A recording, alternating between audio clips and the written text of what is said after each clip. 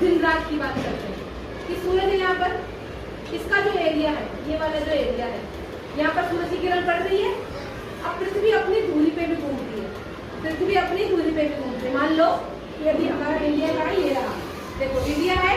अभी देखो इंडिया में क्या है, अगर सूरज की किरण यहाँ पड़ रही है, इसका फेस, सूरज का फेस इस तरफ है, तो यहाँ पे क्या हो रहा होगा, दिन की रात, दिन की रात, दिन होगा ना।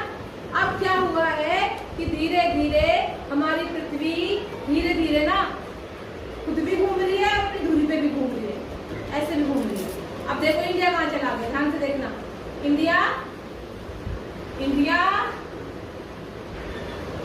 पीछे हो गया, देखो मैंने घुमाया और इंडिया देखो, अब इंडिया है यहाँ पर इसकी फेस की तरफ, इसके फेस की तरफ इंडिया है। अब इंडिया में क्या हो रही होगी, क्योंकि अब जो इसका फेस है वो यहाँ पड़ रहा है, बट हमारी पृथ्वी क्या कर चुकी है, हमारा जो इंडिया है वो अपनी दूरी पे घूमी है, तो इंडिया कहाँ चला गया, दूसरी तरफ, सूरज के दूसरी तरफ, ठीक है।